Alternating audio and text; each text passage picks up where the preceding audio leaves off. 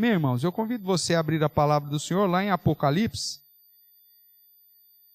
no capítulo de número 13. Nós começamos aqui a quarta sessão, né? Que começa no capítulo 12. Semana passada nós trabalhamos já com o capítulo 12, que vai introduzir aí a figura do dragão, né? E da oposição que ele faz à igreja, que é chamada aqui, ou apresentada nesse símbolo, que é a mulher. E nós, portanto, os descendentes dessa mulher, que guardam os mandamentos e os mandamentos de Deus, testemunho de Jesus, seremos alvo dessa perseguição do dragão, que é o próprio Satanás, e de todos os seus aliados. E agora no capítulo 13, ele vai começar a nos apresentar aí o primeiro aliado de Satanás neste mundo para perseguir a igreja, que é a besta que emerge do mar. Então nós vamos ler aí os 10 primeiros versos do capítulo 13, ok? Acompanhe, por favor, a leitura. Diz assim a palavra do Senhor. Eu vi emergir do mar uma besta que tinha 10 chifres, 7 cabeças, e sobre os chifres 10 diademas, sobre as cabeças nomes de blasfêmia. A besta que vi era semelhante a leopardo, com pés como de urso e boca como de leão. E deu-lhe o dragão o seu poder, o seu trono e grande autoridade. Então vi uma de suas cabeças como golpeada de morte, mas essa ferida mortal foi curada. E toda a terra se maravilhou, seguindo a besta. E adoraram o dragão, porque deu a sua autoridade à besta. Também adoraram a besta, dizendo: quem é semelhante à besta? Quem pode pelejar contra ela? Foi-lhe dada uma boca que proferia arrogâncias e blasfêmias, e autoridade para agir 42 meses. E abriu a boca em blasfêmias contra Deus, para lhe difamar o nome e difamar o tabernáculo, a saber, os que habitam no céu. Foi-lhe dado também que pelejasse contra os santos e os vencesse. Deu-se-lhe ainda autoridade sobre cada tribo, povo, língua e nação. E adorá-lo-ão, ou adorá-la-ão, todos os que habitam sobre a terra, cujos nomes não foram escritos no livro da vida do Cordeiro, que foi morto desde a fundação do mundo. Se alguém tem ouvidos, ouça. Se alguém leva para cativeiro vai. Se alguém matar a espada, necessário é que seja morto a espada. Aqui está a perseverança e a fidelidade dos santos. Amém? Então, até aí, irmãos. Um texto cheio de símbolos, né, de figuras, e que, obviamente, que o desavisado, ou o soldado romano, quando pegou do escrito de João, né, um senhorzinho já, né, preso na ilha de Pásmos, falei: esse homem está doidão, está louco, né? Como diria alguns anos atrás, viajando na maionese. Porque onde já se viu falar de dragão, perseguindo mulher, falando de uma besta, com 10 chifres, 7 cabeças, com coroa sobre essas cabeças. Que coisa mais insana, coisa sem nexo, né? Então, para os descrentes, ou para aqueles que não estão associados com a literatura apocalíptica judaica, parece ser um negócio de outro mundo. Só que nós que já estamos acompanhando aí desde o começo do Apocalipse, nós temos visto que esses símbolos todos fazem parte dessa estratégia, até mesmo da última revelação, para que faça sentido somente para aqueles que conhecem.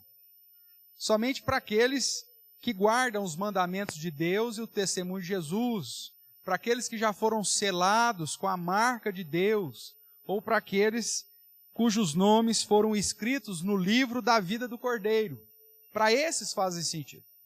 E aí nós já vimos que nesse modo de contar e recontar a história, João vai usar de símbolos e de chaves que vão estar ou no próprio livro do Apocalipse ou nas Escrituras, para que nós possamos compreender cada símbolo que ele cita.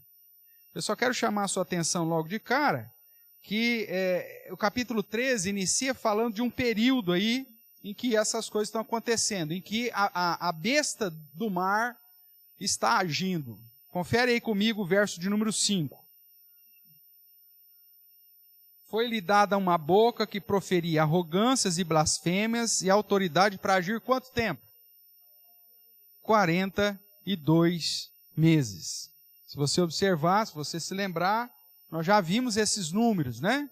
Em vários outros ciclos.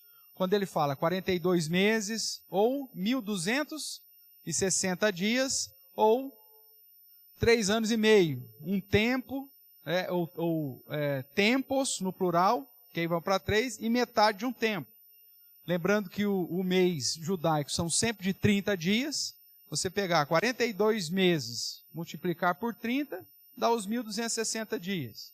Se você pegar isso e dividir por ano, 12 meses, você vai ter os 3 anos e meio, que também em alguns momentos aparece. Então, a besta que emerge da terra vai estar agindo como aliado de Satanás para perseguir os descendentes da mulher, ou seja, aqueles que guardam os mandamentos de Deus e têm o testemunho de Jesus, justamente pelo mesmo período que vai ser o período da igreja, que é os 42 meses, os 1.260, os 3 anos e meio, que refere-se desde a primeira vinda de Cristo até a sua volta. Então, é sempre o mesmo período que está se tratando. Por isso que Apocalipse não pode ser interpretado de modo cronológico, mas sempre de modo cíclico e não literal, mas simbólico.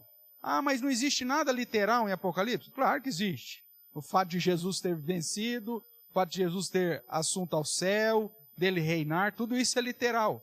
Mas os símbolos usados em Apocalipse vão apontar para algumas chaves que a própria Escritura nos aponta, tá bom?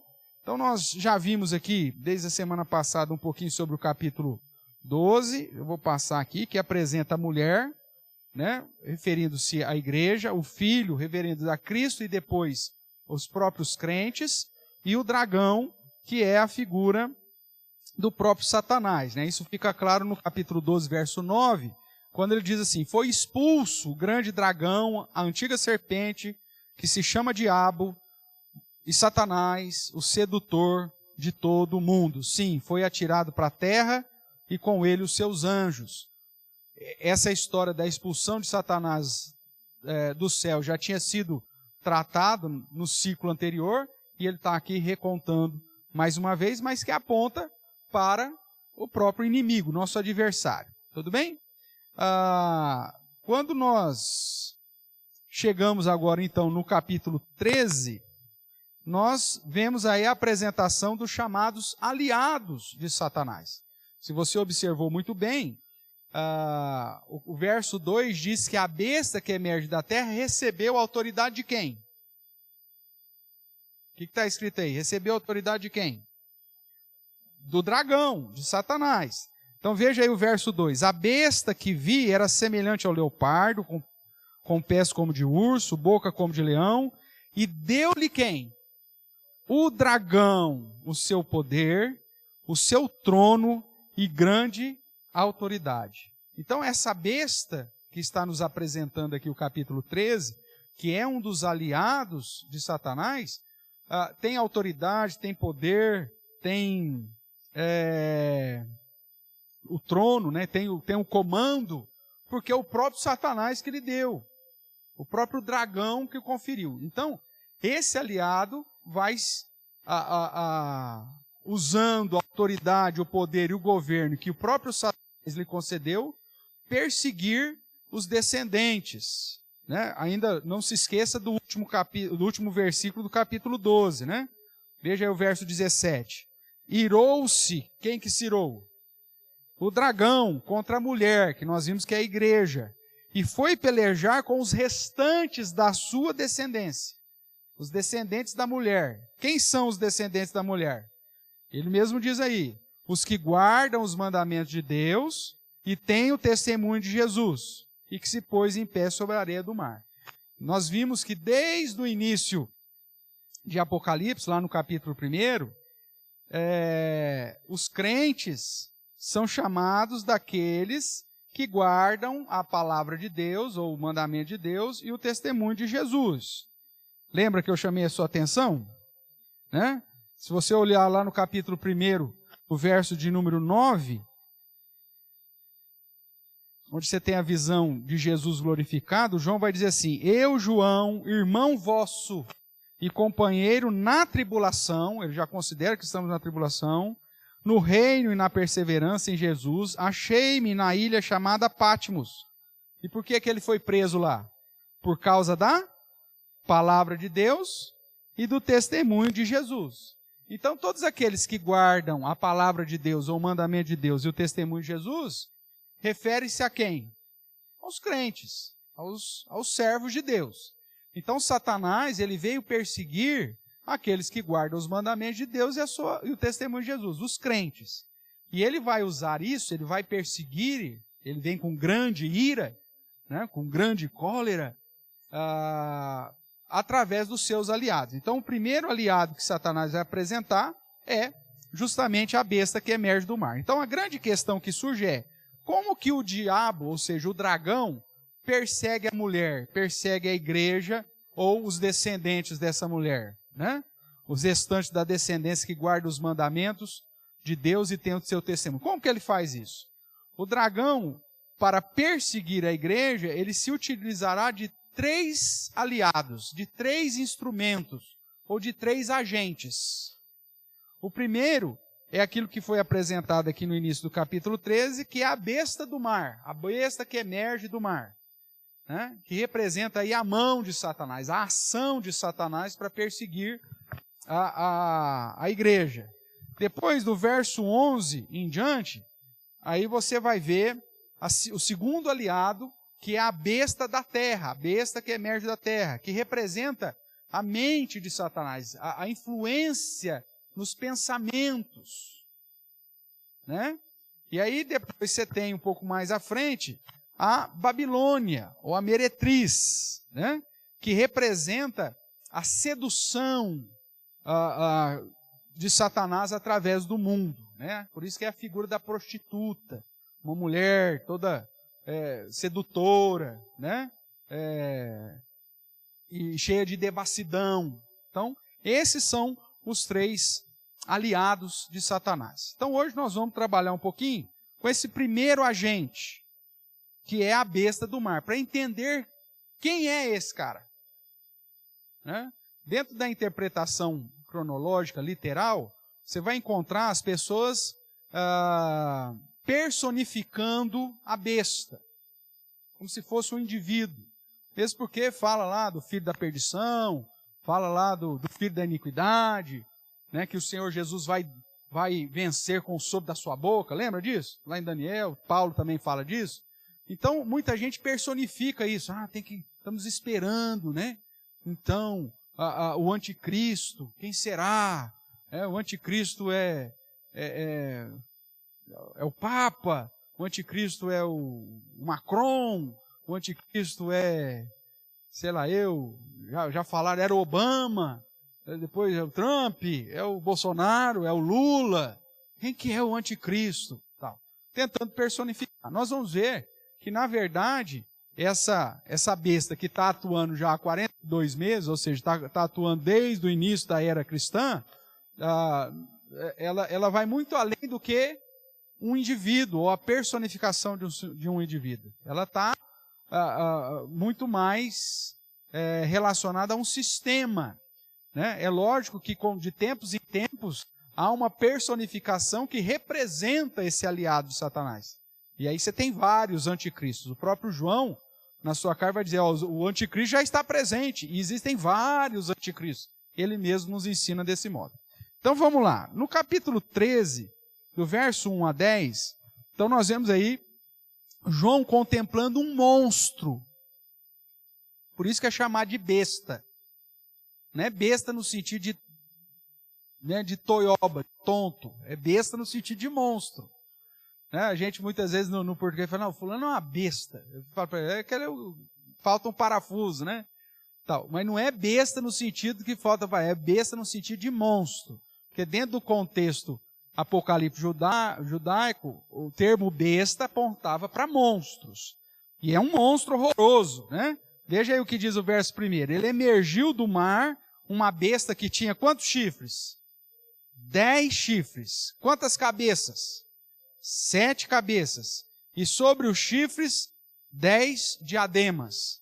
E sobre as cabeças ainda, uma faixinha, né, com o nome de blasfêmia. Então, uma besta horrorosa, um negócio feio, né? Esse 10 chifres, 7 cabeças, 10 diademas, nome de blasfêmia. E tinha ainda algumas comparações aí no corpo dele, né? O verso 2. A besta que vi, ele era semelhante o quê? O leopardo. Só que tinha o pé do quê? Pé de urso. E a boca do quê? De leão. Imagine tentar desenhar essa figura aqui, né? Um monstro, né? De 7 cabeças. Agora nem toda cabeça tem chifre, porque só tem 10 chifres. Se fosse, né, se a gente fosse pensar par de chifre, como a gente está acostumado, então se 7 cabeças teria 14, né? Mas não tem 10. Então tem cabeça que só tem um chifre. E coroa, diadema. Só que ao mesmo tempo, então, nesse monstro, com 7 cabeças, o corpo é de leopardo, o pé é de urso, e a boca de cada cabeça é de leão. Meu Deus do céu. O que será que João quer dizer? Em primeiro lugar, nós já vimos que chifre, pode falar, diadema seria como coroas. Então, cada cabeça, além do chifre, você tem o diadema. As mulheres usam isso. Eu acho que fala nome, tiara, né? Tiara. Então, é como se fosse uma coroa, mostrando que ela tem um certo glamour, que ela tem um certo poder, que ela foi dada alguma autoridade para ela. A diadema ou a coroa era sinal de autoridade. Nós já vimos aqui que chifre é sinal do que mesmo? De poder. Quanto mais chifre, mais poderoso. Ou, no caso, quando fala da expressão 7, que é o número da perfeição, então é um poder perfeito, que é o caso do cordeiro, né, do leão, que na verdade era um cordeiro que tinha 7 chifres. Por quê? Todo o poder. Então, 7 como número da perfeição aponta para todo o poder. Agora, quando fala 10 chifres, não está apontando para a perfeição, mas está apontando para uma potencialidade muito grande. Ele tem uma força grandiosa. A força desse monstro, ela foi demonstrada aqui nesses 10 chifres, e além disso, o texto nos diz que o próprio dragão, que é Satanás, que está dando autoridade para ele.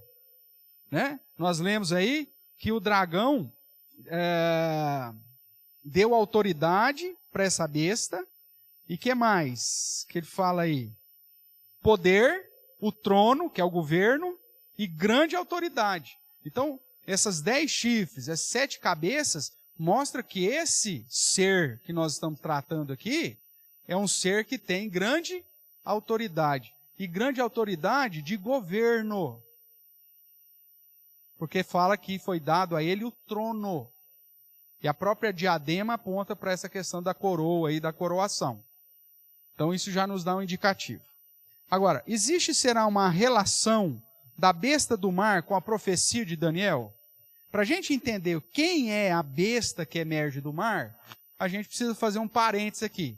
Parar um pouquinho aqui com o Apocalipse e procurar a chave nas Escrituras que vai me apontar o que é essa besta aqui.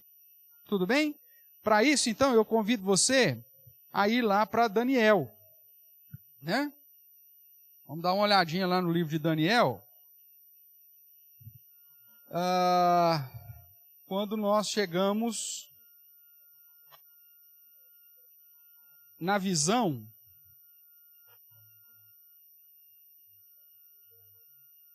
Não, mais à frente. O capítulo 2 vai falar disso. Eu vou mencionar o capítulo 2, mas mais à frente você vai entender. Eu só pus esse desenho aí da estátua de Nabucodonosor, lá do capítulo 2, para você entender que o próprio Daniel nos dá a chave de interpretação. Vamos relembrar aqui um pouco da história em Daniel capítulo 2. Nabucodonosor teve um sonho, e ele chega para os sábios e fala assim, olha, eu fiquei muito perturbado com esse sonho, eu quero que vocês me digam o sonho que eu tive e a interpretação do sonho. Aí os miguelitos lá, né, do sábio falam, não, faz o seguinte, nos conta o sonho e nós te damos a interpretação. Nabucodonosor falou, não, se vocês são sábios, vocês vão falar qual foi o meu sonho e vão trazer a minha interpretação. E só foi achado Daniel para fazer isso, porque ele estava debaixo do serviço do Deus Todo-Poderoso. Tá certo?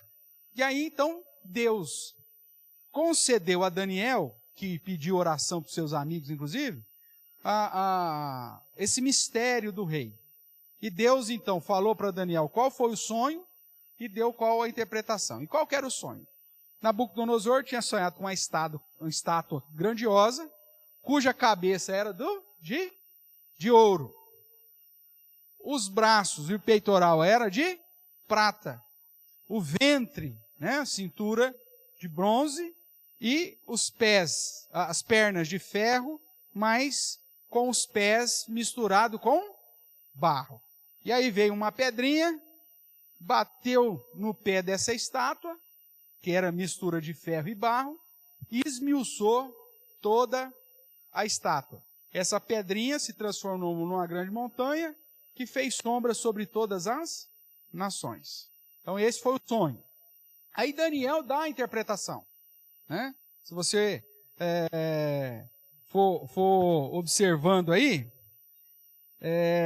vamos lá, estou aqui no capítulo 2, o verso 36, ele vai explicar o sonho. E começa a dar a sua interpretação. Então ele diz assim, ó, este é o sonho. Então foi o que ele falou até agora.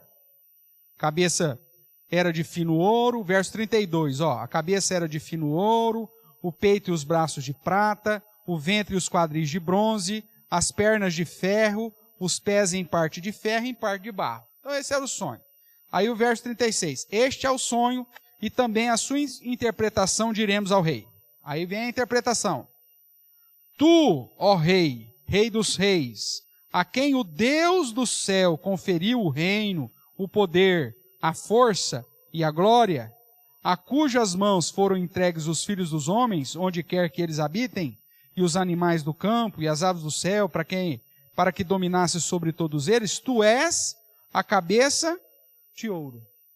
Veja que interessante. Quem deu autoridade para Nabucodonosor? Quem conferiu o trono, ou seja, o reino, o poder, a força e a glória? Deus. Então aqui é Deus. Mas lá, no aliado, quem que concede isso? A besta. Satanás. O infeliz sempre imitando, né? A falta de criatividade dele é fantástica. Mas então vamos lá. Mas aí Daniel então identifica que a cabeça de ouro era o próprio Nabucodonosor, o Império Babilônico. Que mais? Depois diz aí o verso 38, tu és o cabeça de ouro. Verso 39, depois de ti se levantará o quê? Outro reino inferior ao teu, e um terceiro reino de bronze, o qual terá domínio sobre toda a terra. O quarto reino será forte como o ferro, pois o ferro tudo quebra e esmiuça, como o ferro quebra todas as coisas, assim ele fará em pedaços e esmiuçará. Quanto ao que viste dos pés e dos artelhos, dos dedinhos, em parte de barro do oleiro e em parte de ferro, será um reino dividido. Contudo, haverá nele alguma coisa de firmeza do ferro, pois que viste o ferro misturado com barro de lodo. Com os artelhos dos pés, ou como os artelhos do pé eram em parte de ferro e em parte de barro, assim por uma parte o reino será forte, por outra será frágil. Mas o que eu quero chamar a sua atenção, seja a cabeça, seja os braços ou peitoral, seja o ventre, seja as pernas, tudo é, a interpretação aponta para quê? Reinos. Cabeça de ouro é o rei dos reis, Nabucodonosor, que Deus conferiu, tarará. Depois de ti levantará outro reino. Depois um terceiro reino. E por fim um quarto reino, que vai ser misturado. Tem vários reinos misturados nele. 10. Por isso que tem hora que ele é forte, tem hora que ele é fraco. Mas o foco da interpretação de Daniel é que o sonho de Nabucodonosor aponta para reinos. Hoje nós sabemos na história que então a cabeça de ouro era o reino babilônico. Inclusive essa imagem aí que nós colocamos aí, são imagens que a gente pegou na internet, tá? Tá disponibilizado em vários sites, por isso que não citei nenhum site aqui, porque eu não sei qual que é o site original. Você procurar esse negócio lá, você vai achar em vários sites. Então, como eu não sabia o original, eu não citei os sites, mas são imagens da internet, tá bom? Então, a cabeça de ouro, o reino babilônico, os braços e o peitoral de prata, o império medo-persa, né? Os medos e depois os persas. Depois, o ventre de bronze, o império grego. E, por fim, as pernas de ferro com os pés e tal, o império romano. Tudo bem? Isso vai do ano 605 até Jesus, passando um pouco do período posterior ao nascimento de Cristo. Então veja, toda a interpretação aponta para reino. Depois, aqui em Daniel, nós vamos ver o seguinte. Nós temos aí o capítulo 3, livrando Daniel, os amigos de Daniel da cova, não, da fornalha, depois a loucura de Nabucodonosor, depois nós temos a transição já para o rei Belsazar, no capítulo 5. Aí depois, no capítulo 6, Daniel sendo liberto da cova dos leões. E aí nós temos aí, ainda no rei Belsazar, rei da Babilônia, o sucessor de Nabucodonosor, o capítulo 7, o sonho sobre os 4 animais. E eu convido você então agora a ir para Daniel capítulo 7. Acompanhe aí o que o texto diz. No primeiro ano de Belsazar, rei da Babilônia, teve Daniel um sonho e visões ante seus olhos quando estava no seu leito. Escreveu logo o sonho e relatou a suma de todas as coisas.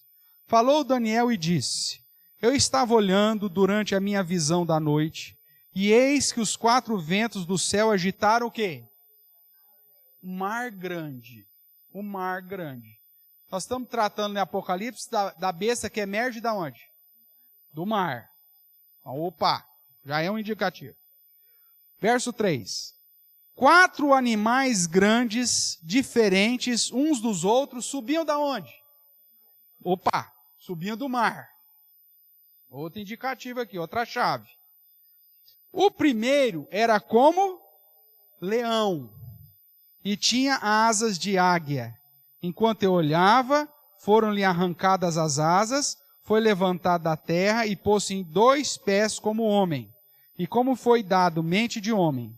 Continuei olhando, e eis que o segundo animal, semelhante a um urso, o qual se levantou sobre um dos seus lados, na boca, entre os dentes, trazia 3 costelas, e lhe diziam: levanta-te, devora muita carne. Depois disso, continuei olhando, e eis aqui outro, semelhante ao quê?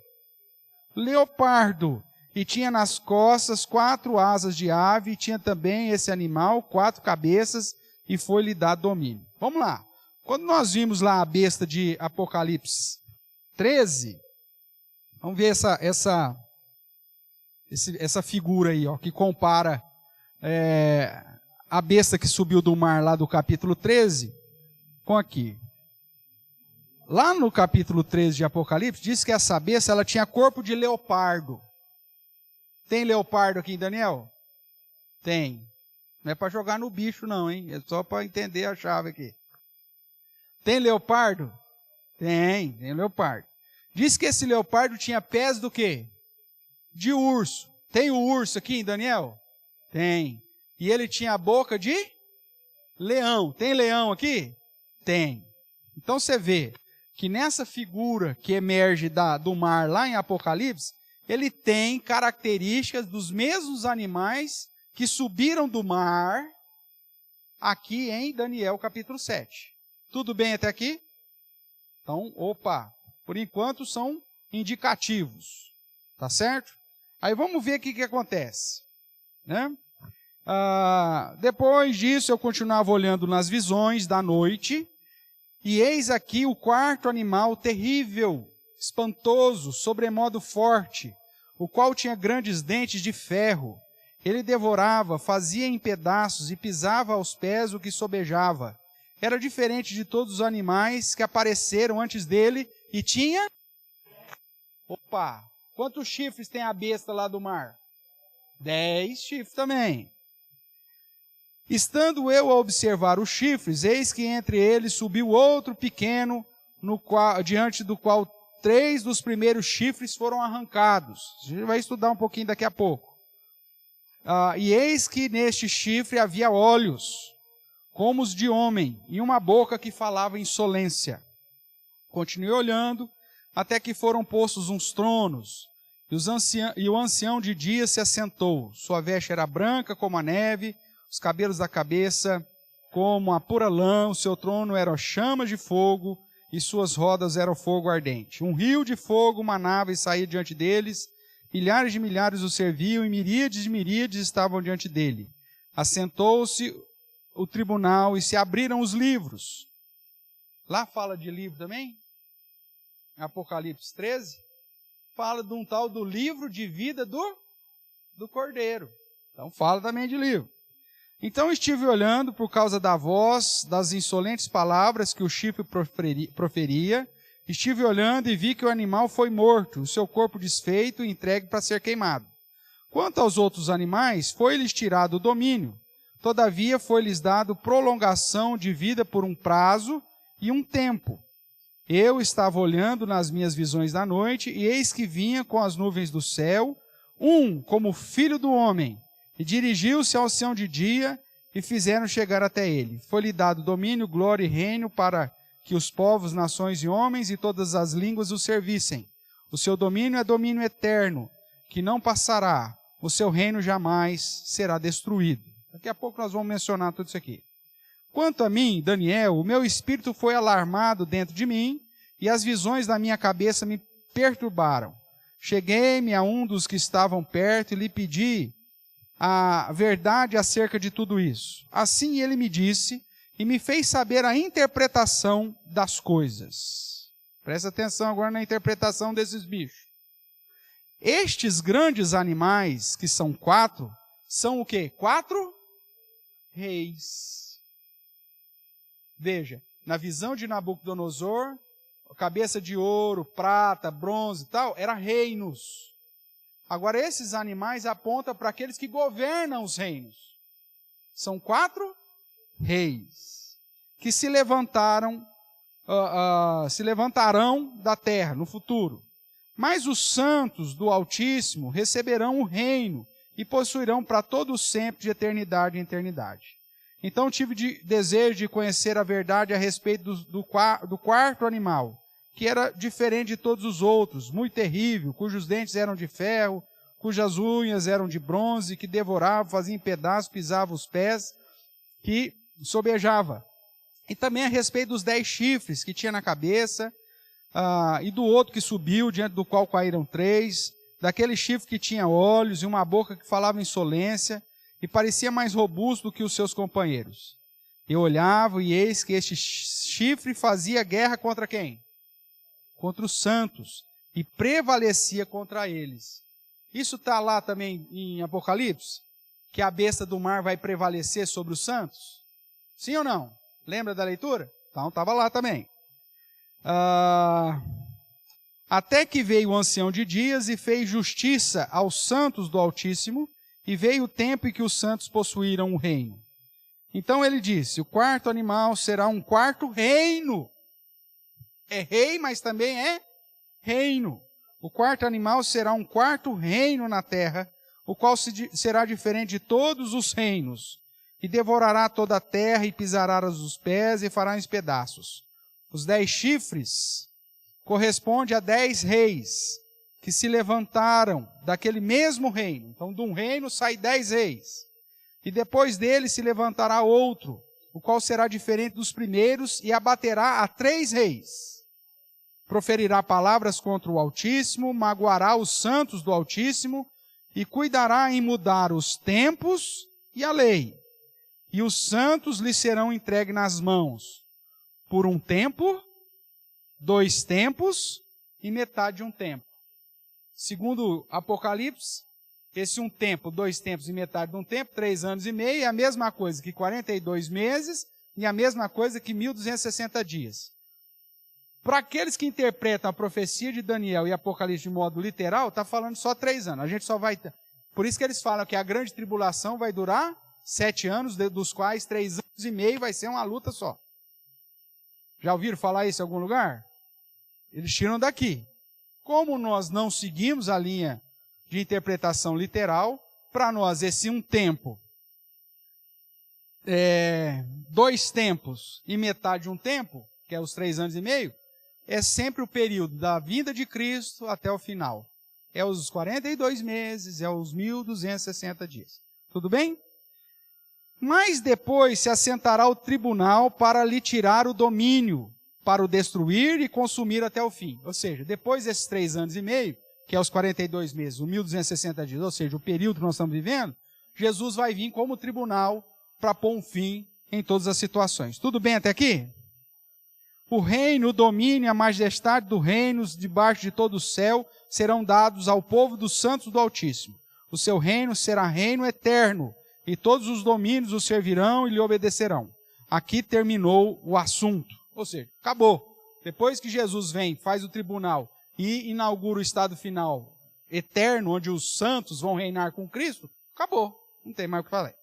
Quanto a mim, Daniel, os meus pensamentos muito me perturbaram, e o meu rosto se empalideceu, mas guardei essas coisas no coração. Depois, irmãos, nós vamos ver que ele vai ter aqui uma outra visão, no terceiro ano aqui, que é a visão do carneiro e do bode. Né? Que aí depois a gente vai trabalhar um pouquinho com isso também. Mas, o que eu quero chamar a sua atenção é que no capítulo 8,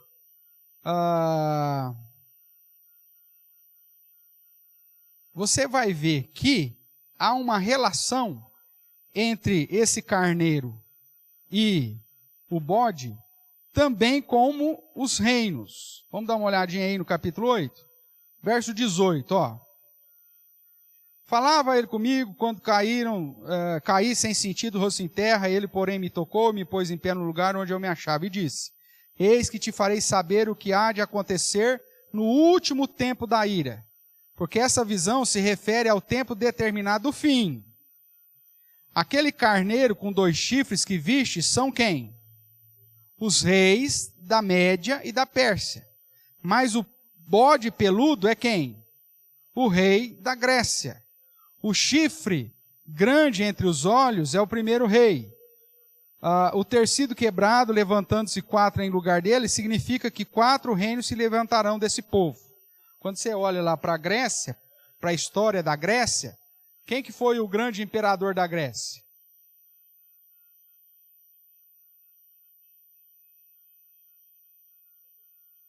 Do reino babilônio foi Nabucodonosor, depois Belsazar. E depois vem os medo-persas, que ele cita aqui, e o terceiro reino é o grego. Quem que foi? O grande rei, ou imperador, ou o general que fez da Grécia um grande império mundial? Alexandre o Grande. Alexandre o Grande. Se você vai assistir o filme lá, Alexandre o Grande, você vai ficar desanimado, porque de grande só tem o nome que era, né? Vai saber lá que coisa era aquela lá. Quando Alexandre o Grande morre, e dizem as más línguas, né? Porque ele estava apaixonado por um dos seus pupilos, surgem para tomar conta do Império Grego os seus 4 generais. É só você pegar na história lá, você deixa a Bíblia de lado, vai para a história da Grécia Antiga. Você vai ver lá o Império Grego, Alexandre o Grande, ele morre, e aí os 4 generais dele que dominam cada uma parte, né? Que aí acaba sendo o fim do Império Grego, porque aí depois vem Roma e domina tudo. Mas aqui, nós estamos na profecia que esse bode peludo, então, é a Grécia, o rei da Grécia, que caiu e que se levantaram 4 reinos desse povo, mas não com força igual a que ele tinha. Mas no fim do seu reinado, quando os prevaricadores acabarem, levantar-se-á um rei de feroz catadura, especialista em intrigas. Grande é o seu poder, mas não por sua própria força. Causará estupendas destruição, prosperará e fará com que lhe aprover destruir os poderosos e o povo santo, por sua astúcia, nos seus empreendimentos, fará prosperar o engano, no seu coração se engrandecerá e destruirá muitos que vivem despreocupadamente. Levantar-se-á contra o príncipe dos príncipes, mas será quebrado sem esforço de mãos humanas. Então, nós vemos aí que seja lá o cabeça de ouro, o peitoral de prata, o ventre de bronze, as pernas de ferro, tudo é reino. Você olha para o carneiro e para o bode, ele declara com todas as letras, inclusive, quais são esses reinos. É os medo-persas e os gregos. Ok? Então, quando nós olhamos para a figura do leão, e a ordem que foi apresentada, ela é um pouco diferente daquela que nós vemos lá em Apocalipse. Mas o leão, o urso, o leopardo e depois a besta fera, que são 4, é a mesma interpretação da cabeça de ouro, do peitoral de prata, do ventre de bronze, das pernas e pé de ferro e barro. Cabeça de ouro, Babilônia, leão. Peito e braço de prata, Medo-persas, o urso. E ao mesmo tempo, o carneiro. O ventre lá de bronze, os gregos, ou grego macedônio, que é a mesma figura do leopardo, que é a mesma figura do bode peludo. Ou seja, todas essas situações, Daniel interpreta como sendo reinos. E, historicamente, nós sabemos que esses 4 animais apontam para o reino babilônico, para o reino medo-persa, para o reino grego-macedônio, que aí depois Macedônia é por causa dos generais, e o Império Romano. Quando nós voltamos lá para Apocalipse, você vai ver que a besta, ela tem um pouco de tudo. Ela tem algo do Império Babilônico, ela tem algo do Império Medo-Persa, ela tem algo do Império Grego-Macedônio e ela tem algo do Império Romano. Porque ela tem os 10 chifres que a besta que aponta para o Império Romano tem. Ela tem boca de leão que aponta para o Império Babilônico. Ela tem o corpo de leopardo que aponta para os gregos. E ela tem os pés de urso que apontam para os medo-persas. Então veja, Daniel nos dá a chave para entender quem é a besta que emerge do mar. Está falando de reis, está falando de reinos, está falando de impérios, que vai ter trono, que tem coroa, que tem autoridade. A autoridade não agora dada por Deus, mas por Satanás. Logo, a besta que emerge do mar nada mais é do que todo o sistema político e governamental do mundo, que persegue a igreja. Os 42 meses, desde sempre. Antes, na figura dos 4 impérios, e aí a partir da chegada do cristianismo, que conta os 42 meses ou os 3 anos e meio, que não é literal, que é o que nós estamos vivendo, tem perseguido. Inclusive, Roma perseguiu os primeiros cristãos, levando eles à morte. E aí você vê o comunismo matando os cristãos, você vê o nazismo matando o cristão, você vê hoje o sistema no mundo, nunca se matou tanto cristão quanto nos nossos dias. A perseguição lá da Coreia do Norte, a perseguição de alguns outros governos ali do Oriente Médio. Ou seja, esta é a besta que emerge do mar. Como aqui em Daniel diz, esses reinos surgiram da onde? Do grande mar, subiram do mar. Então, falando em besta que emerge do mar, refere-se a todo o poder político, governamental e bélico que vai perseguir a igreja. Não sei se ficou claro essa chave aqui para os irmãos, mas se a gente tivesse tempo para detalhe por detalhe, ficaria melhor. Eu vou tentar fazer isso, apresentando algumas figuras também que você encontra facilmente lá na internet, né? Então, o primeiro animal, que é o leão, Daniel 7,4, tem asas de águia, mente de homem, refere-se ao primeiro império mundial, a Babilônia. O segundo animal, lá de Daniel 7,5, que é o urso, né? Levantou de um lado, tem 3 costelas nos dentes, é o segundo império mundial, o Medo-Persa. É muito interessante você estudar isso com Wagner, porque cada detalhe desse, porque 2 asas, porque 3 costelas na boca e tal, a história nos aponta para identificar cada detalhe desse império. Tá? O terceiro animal, um leopardo, né? 4 cabeças, aquela coisa toda, 4 asas, 4 cabeças, que é o terceiro império mundial. Esses 4, porque aponta que depois que caiu Alexandre o Grande, você tem 4 governantes, 4 generais que assumem. Por isso as pessoas falam que o terceiro império mundial é o grego-macedônio. Um outro slide aí que aponta também para a figura do capítulo 7, né? Vai demonstrar aí esse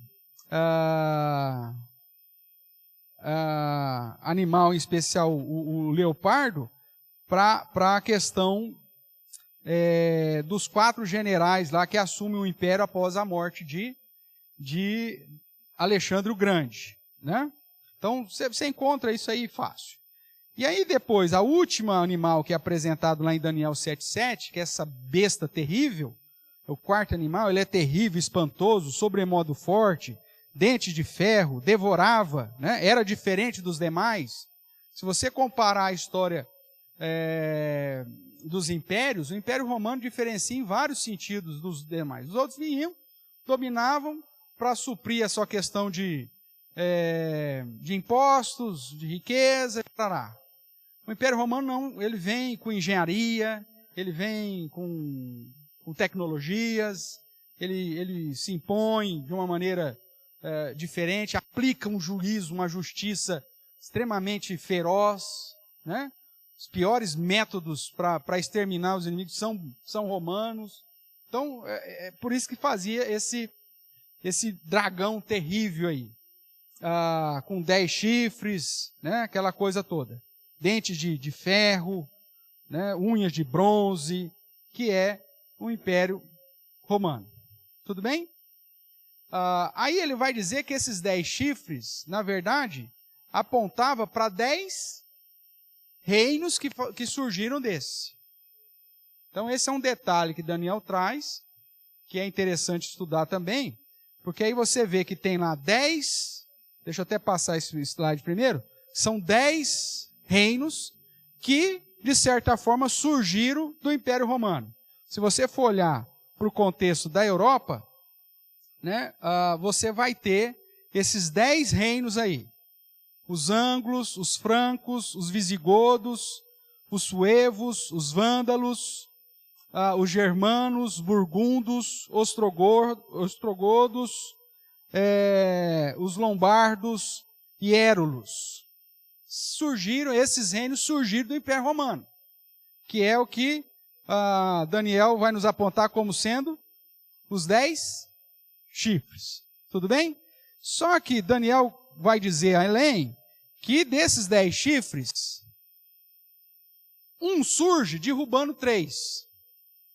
E aí, quando você vai para a história, você vai ver justamente isso. 3 daqueles 10 reinos sumindo e surgindo um reino específico, que tudo indica para o Vaticano, obviamente, que é a continuação do reino do Império Romano. Por isso que o Papa ele é tanto sacerdote como chefe de Estado. Então, e fala blasfêmias contra Deus. Se coloca no lugar de Deus. Então é bem possível que historicamente nós estamos vendo aí o desenrolar da profecia de Daniel, apontando para esse Império Romano que cai porque ele era frágil, porque tinha misturado barro nele, surgindo desse império 10 reinos, e desses 10 reinos, um chifre pequeno, que tem olhos e que tem uma boca insolente, né? Que tudo vê, essa ideia que está presente em todo lugar, então sabe de tudo. Né? E se você pensar na Igreja Católica, talvez seja a instituição presente em todo mundo, com olhos em todo lugar, e que fala de uma coisa que não é o padrão da verdadeira palavra de Deus. Então fala insolência em relação a Deus. Então é bem possível que essa interpretação esteja no caminho certo.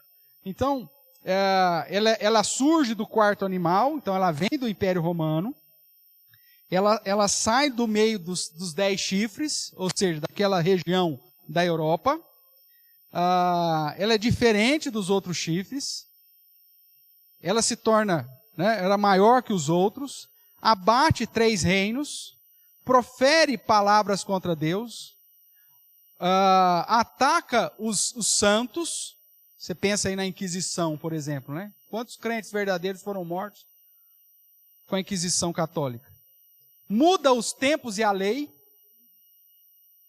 Eles instituem um novo calendário e eles mudam a lei de Deus. Você vai ver lá a idolatria que é condenada nos 10 mandamentos. Quando você vai pegar os 10 mandamentos na Bíblia católica, é diferente. Muda a lei e muda o calendário. Né? Esse calendário que a gente usa foi mudado justamente por eles.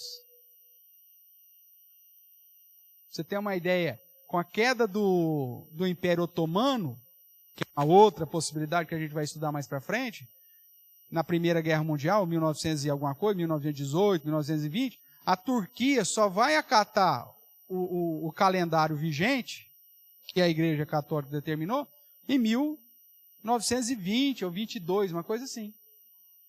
Por quê? Porque foi mudado o calendário. Então o verso 25 lá do capítulo 7 diz que esse chifrinho vai mudar o tempo e a lei. E reinou por 3 tempos e meio. Esses 3 tempos e meio é justamente desde o início da era cristã até o final. A Igreja Católica é a única que está desde sempre aí.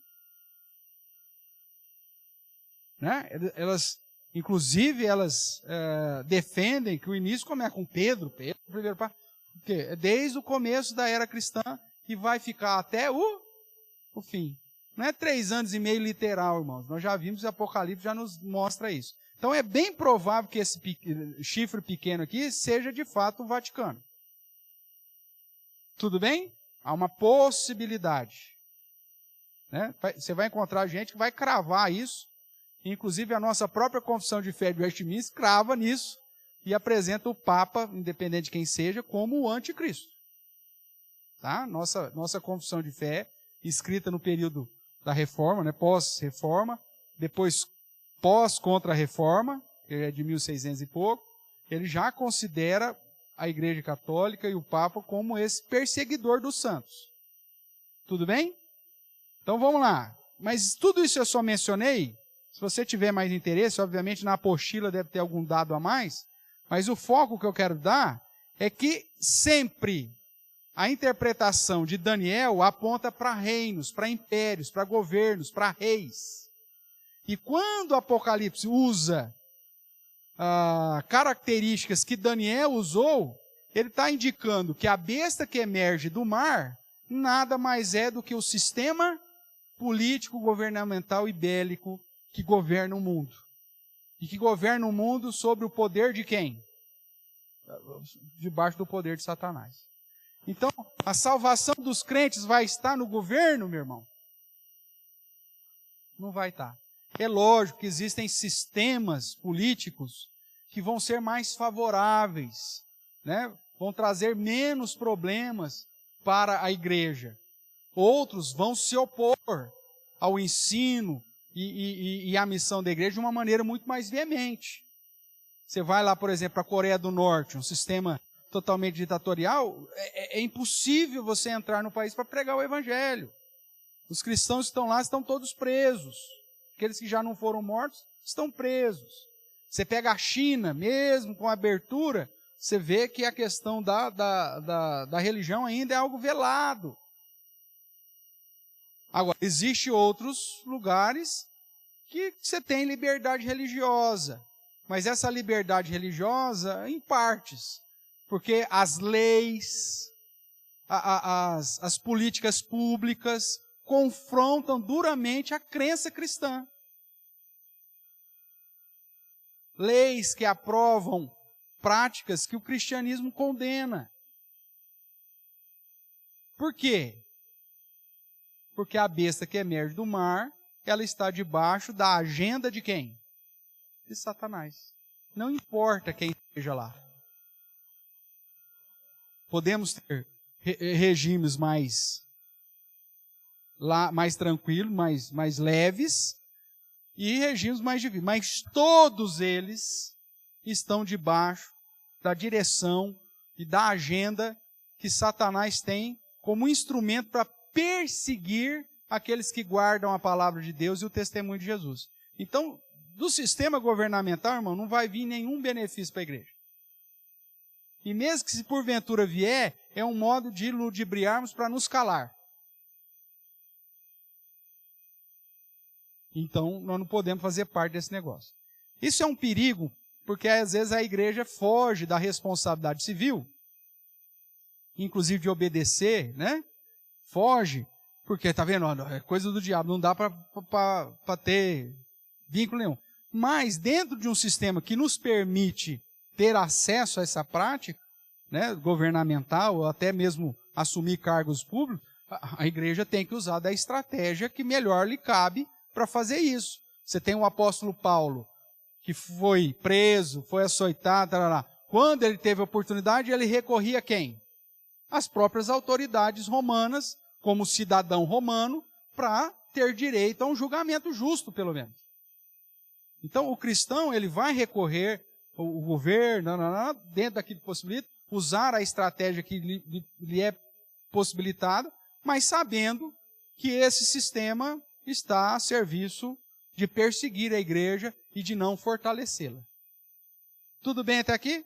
Então, esse slide aí, que também você encontra aí facilmente aí na internet, né? Talvez aí na apostila fica mais fácil, tem aí 4 colunas. Né? Então, o leão aponta para Nabucodonosor, o leão alado, né, que tem asas, a Nabucodonosor, Império Babilônico, e a época que aconteceu. O urso aponta para Ciro e Dário, os medo-persas. O leopardo alado aponta para Alexandre, e depois para os seus 4 generais, Cassandro, Lisímaco, Ptolomeu e Seleuco, que é a Grécia, chamado grego macedônio, e depois você tem esse animal espantoso, né, que aponta para o Império Romano, que da onde surge esses imperadores diversos, né, que nós já citamos aqueles 10 lá. A ponta pequena representa o próprio anticristo, né, que é aquele que fala insolência contra Deus, que surge com a queda do Império Romano. E aponta, segundo esse slide aqui, para o Vaticano, o papismo, né?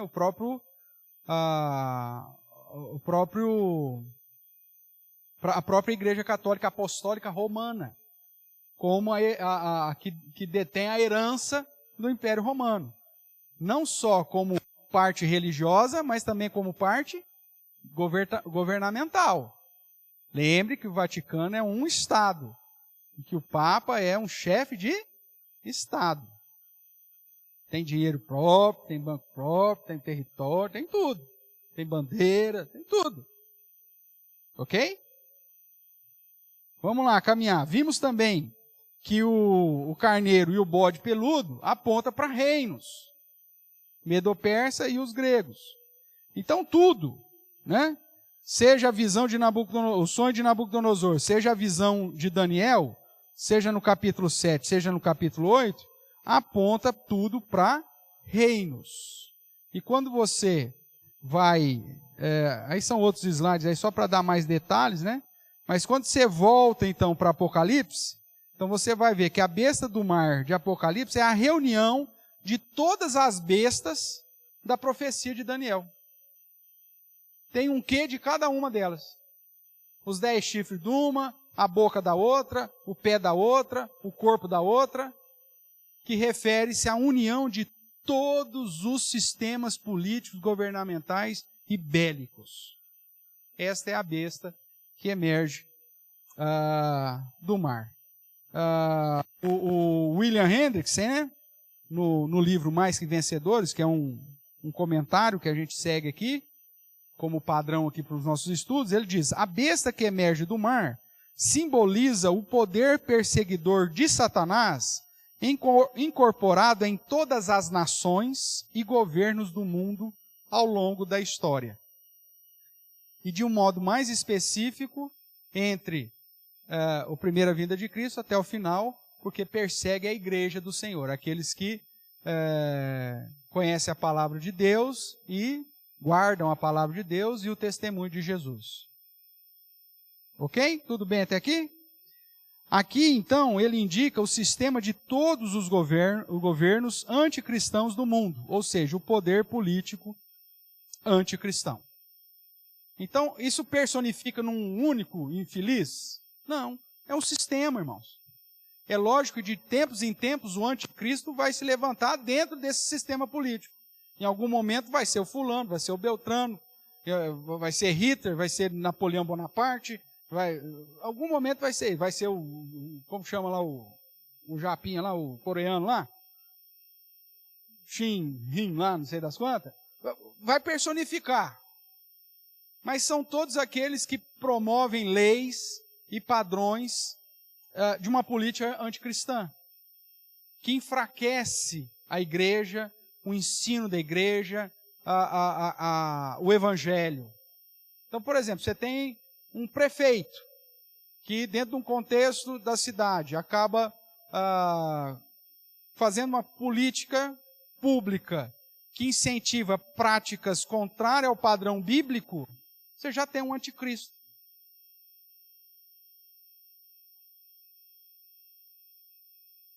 E aí você fala assim, não, mas vamos pôr um cara evangélico. Meu amigo, as leis, a própria Constituição, o próprio sistema, não permite, mesmo que ele seja evangélico, sei lá o que for, fazer daquela comunidade uma comunidade dentro do padrão que se espera. Não, porque o Estado é laico, o Estado ele é leigo, ele não pode assumir características religiosas. Só isso, por si só, já é uma política anticristã. Agora, quando você vai para os países de maioria muçulmana, isso já não acontece. Não, é a Sharia. Nós vamos fazer desse país um país muçulmano, que vai, inclusive, perseguir e matar cristãos. O que é isso? Besta que emerge do mar. Seja através de políticas públicas anticristãs, seja através de leis, seja através de uma perseguição de fato, matando-os. E por isso que diz que essa besta vai lutar contra os santos e vai vencer. Não tem como você vencer esse negócio, irmãos. Mesmo países de maioria cristã, você vê que com o tempo, o que acontece? Olha para a Europa, olha para os Estados Unidos.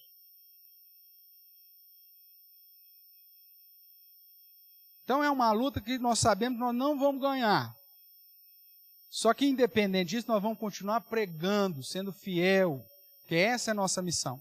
Agora, tempos em tempos, a igreja vai ser perseguida, os pastores vão ser perseguidos, os crentes vão ser perseguidos, o evangelho vai ser perseguido, porque é um aliado de Satanás para perseguir a igreja. Tudo bem? Então, para a gente finalizar aí a questão da besta do mar, né? Então nós não podemos perder o foco que o simbolismo de Apocalipse precisa ser checado pela própria Escritura e atender o propósito do destinatário primário, ou seja, os crentes do primeiro século. A gente não pode perder de vista. Esse texto de Apocalipse 13 tem que fazer sentido para os primeiros crentes e para nós hoje. Aí vem a pessoa e fala assim, o anticristo é o fulano de tal. Não, peraí, meu amigo. Tinha que fazer sentido para a turma lá, para os primeiros crentes. Então são vários anticristos. Não é a personificação de um indivíduo, mas é o sistema. É lógico que tempo em tempo alguém vai se sobrepor. Opa, o anticristão lá vai aparecer. Mas é uma série. Aí fica os crentes assim, olhando para a história, para ver, quem que será? Eu acho que é o Charles, o rei Charles agora. Pode ser, é ele. Não, agora é o Putin. Amigo, todos eles, quando agem de uma maneira que impedem, de qualquer forma, o avanço da mensagem do Evangelho, se tornam anticristos. A serviços de Satanás, que concedeu a eles esse poder. Mas não é Deus que remove reis?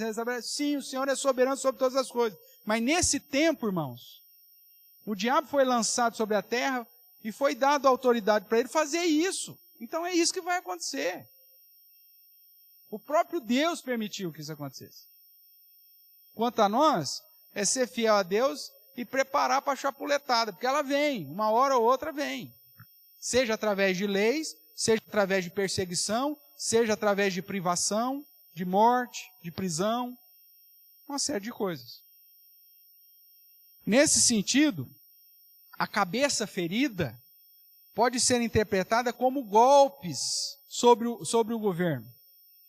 Né? No caso do primeiro século, talvez seja uma referência ao suicídio de Nero, que era um perseguidor, era um anticristo. Só que aí vem um novo imperador e a perseguição volta pior. Então o sistema, ele vai ter momentos de perseguição severa, dura sobre a igreja, aí morre o anticristo da vez. Aí parece que o negócio dá uma recuada. Falou, agora vai, agora nós estamos bem. Só que dali a pouco, o governo volta naquele mesmo patamar de perseguição. Foi com Nero, foi com Domiciano, depois, aí veio Constantino. Constantino se converteu. Agora vem. Aí vem outro aliado, que vem as heresias entrando na igreja. Aí dali a pouco, já cai isso. Aí você tem agora o islamismo como religião-estado, crescendo em número de governos, perseguindo os cristãos daquela determinada região. Ou seja, você tem momentos de para respirar, mas dali a pouco já está o sistema governamental, político, bélico, acabando com os cristãos novamente. E isso vai ser durante os 3 anos e meio. Vai ser durante os 42 meses, durante os 1.260 dias. Ou seja, durante todo o período. Só no final vem o Filho do Homem, estabelece o tribunal, e aí o governo está sobre ele e dos seus santos. Aí é vida eterna na presença de Deus. Aí é tranquilo. Mas até o dia final, meu amigo, é esse ciclo de chapuletada aí. Então, besta do mar. O verso 5 apresenta o período da atuação da besta. 42 meses ou 3 anos e meio. Período da dispensação aí que estamos falando. Demonstra que é um poder anticristão. O verso 6, né? Se você voltar, não sei se você já voltou lá para Apocalipse 13, ao verso 6 vai dizer, né? E abriu a boca em blasfêmias contra Deus, para difamar o nome, difamar o tabernáculo, a saber, os que habitam no céu. Ou seja, para falar mal contra os crentes, para falar mal daqueles que temem ao Senhor. Né? E todo mundo vai adorar esse povo, com exceção aqueles cujos nomes estão no livro do Cordeiro. Quem não tem o nome no livro de vida do Cordeiro vai adorar. É por isso que às vezes eu fico meio chateado de ver tanto crente brigando por conta de governo, irmãos. Brigando para se levantar contra o governo. Meu amigo, a nossa luta não é contra esses caras. O nosso papel é focar no Rei dos Reis, e continuar pregando o evangelho. Vai ter hora que eles vão vir, vai mandar fechar a igreja? Vai, e o que eu vou fazer? Não, vamos tirar, nós vamos pôr quem lá? Vamos pôr eu lá? Vai melhorar alguma coisa? Não, o sistema está corrupto. O sistema está comprado, está vendido, não tem como você mudar. Pode vir um alento, mas dali a pouco já surge outro que vai arrebentar. Esse é o ciclo. Persegue a igreja, né? O verso 7, foi dado também que pelejasse contra os santos e vencesse. A única vitória garantida ao crente é a pregação do evangelho, que saiu vencendo para vencer. Você prega o evangelho, e independente se o governo é duro ou não, Deus alcança os seus eleitos. Essa vitória ninguém nos tira. Mas fora isso, meu amigo, ele recebe a adoração dos ímpios, e ele fere e é ferido. Final do verso. Se alguém leva para o cativeiro vai. Se alguém matar a espada, é necessário que seja morto a espada. Você vê nações, né? Guerreando contra as nações, vencem uma guerra, dali a pouco vem alguém mais forte que ele, vence ele e vira essa situação. Satanás é tão terrível que nem o sistema dele ele preserva. Ele gosta de ver os seus se degladiando entre si. Porque ele sabe que através disso ele vai acabar, em última análise, perseguindo quem? A igreja. Imagine a igreja na Ucrânia hoje. Está tendo liberdade para fazer os seus cultos? Não. É uma guerra que não tem nada a ver com perseguição contra a igreja. É uma guerra política, energética, sei lá eu do quê. Mas Satanás sabe que essa guerra produz o quê? Perseguição para quem? Para os crentes. A igreja sofre com isso. Então ele fere e é ferido. Então Deus retribuirá a perseguição sofrida pelos eleitos que perseverarão de modo fiel. Por isso ele termina a sessão dizendo, aqui está a perseverança e a fidelidade dos santos. Não em lutar contra os inimigos, mas manter-se fiel ao próprio Deus. Perguntas, irmãos? Semana que vem, se Deus permitir, aí a gente entra aqui no segundo aliado, no segundo agente, que é a besta da terra. E aí nós vamos ver quem que é essa figura. O que eu quero chamar a sua atenção, então, é que a besta do mar, muito mais do que um anticristo, do que a personificação de um instrumento, de uma figura, que provavelmente no final dos tempos vai ser um lá e Jesus vai vencê-lo. Mas muito mais que isso, é todo o sistema governamental desde o início da era cristã até o tempo do fim. Tudo bem até aqui?